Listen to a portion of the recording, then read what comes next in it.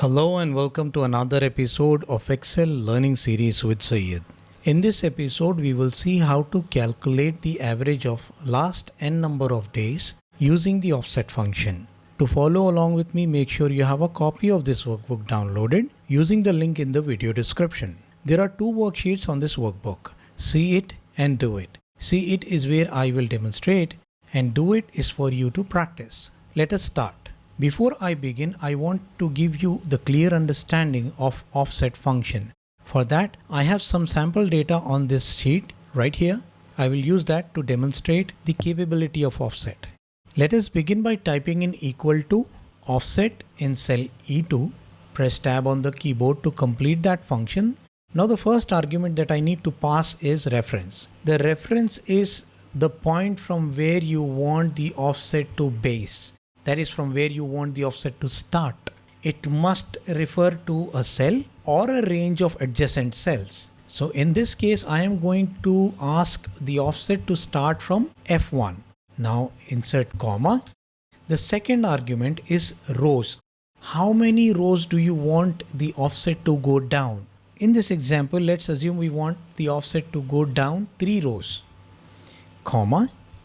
How many columns do you want the offset to go, left or right? So if I provide the value that is positive value, it will take the offset to the right, and if I provide the negative value, it will take the offset to the left side. So in this case, I don't want the offset to move anywhere, left or right. So I will just provide 0. Now I have other two arguments, that is height and width. These are the optional arguments and hence are enclosed in the angular brackets. So for now, I am going to ignore them and close the bracket and now press enter on the keyboard. Before I do that, let me tell you what I am going to get in the response.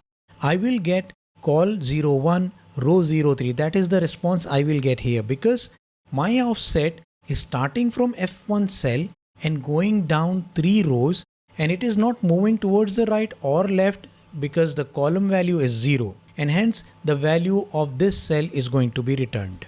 Great.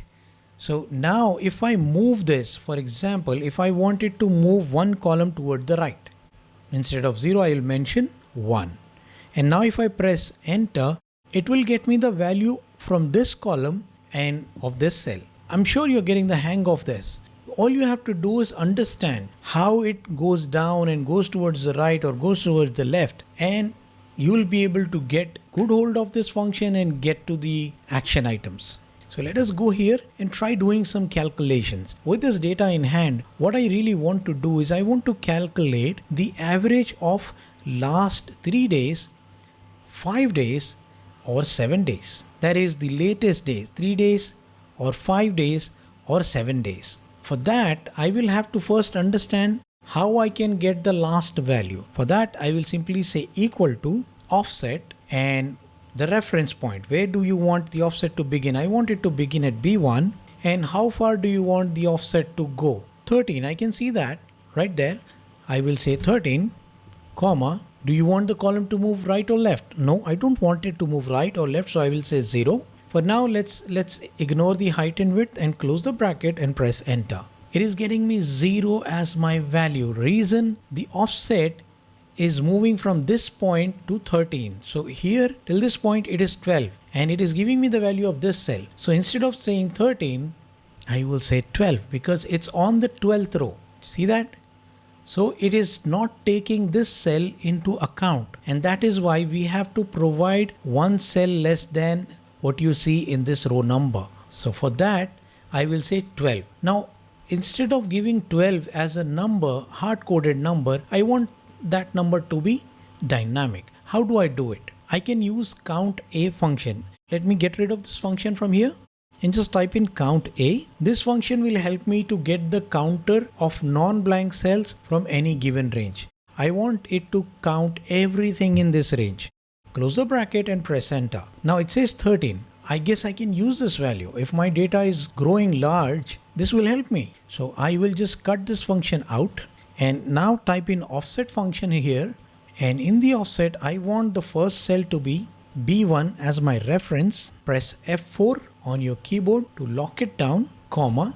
For the number of rows, it should go down. Let's provide count of that column -1, because we have seen that it will give me the blank cell. So I don't want that. So I will move it back a step by providing that -1, comma. Do I want the column to move right or left? No, I don't want it. So I will just press 0 and close the bracket for now and press enter. So I have my value and I have provided the end value, that is the number of rows it should go down to, using count function dynamically. Now with this in hand, let us try taking up the values from the last 3 or 5 or 7 days and do the average of it.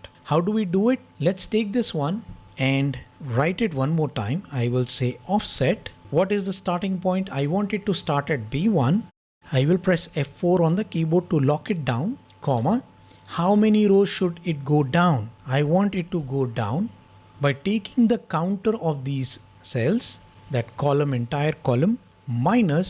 Now I'm not going to hard code number 1. I will provide this cell reference. So I want the 3 numbers to be reduced from that column. So my offset will stop right on the 10th row.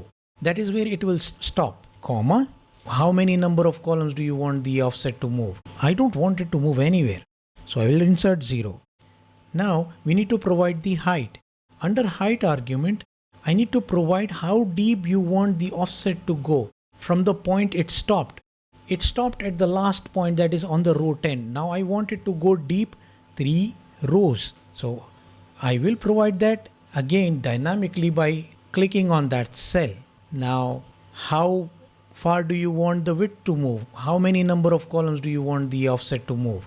I don't want it to move anywhere. It is just one column. So I will just provide one column. I don't want the width to expand more than one column. So I will provide 1, close the bracket, and now if I press enter, I will get a value error because this is a kind of array. It is not going to be calculated in that single cell. To handle that, I will take that function completely from that cell, press Ctrl X on my keyboard to cut it out, and then start typing in the average function. Select that function, press tab on the keyboard to complete it. Now press Ctrl V on the keyboard to paste the function that we have taken in our clipboard. Now close the bracket of your average function. Now if I press enter, it is now going to bring me the average of the last 3 days. See that? If I select these 3 cells, you can see in the status bar at the bottom right, it says 2055 is the average of those 3 days. If I move this down, it is saying 3725.20 is the average of 5 days. Exactly right. If I move this further down, 3811.29 is the average of 7 days. Perfectly correct. If I want 10 days, I can simply enter 10 here and drag this down, and it will get me the average of the last 10 days. 3957. That's the average. Let us see if it is doing the dynamic calculations by adding some values here. I say 13th of August and I will add some number. Let's see if it is doing it right. Last 3 days, it is 2440. Last 5 days, it is 2370.20. Last 7 days, it is 3855. And last 10 days, it is 3477.8. Perfectly right. So this is how we use the offset function to do the calculations differently. I hope you find this video helpful. In the next episode, we will explore more dimensions of Excel. Stay tuned. If you haven't already, please subscribe to my channel and click on that little bell to enable notifications of new videos from my YouTube channel. Thank you and have a lovely day. Until next time.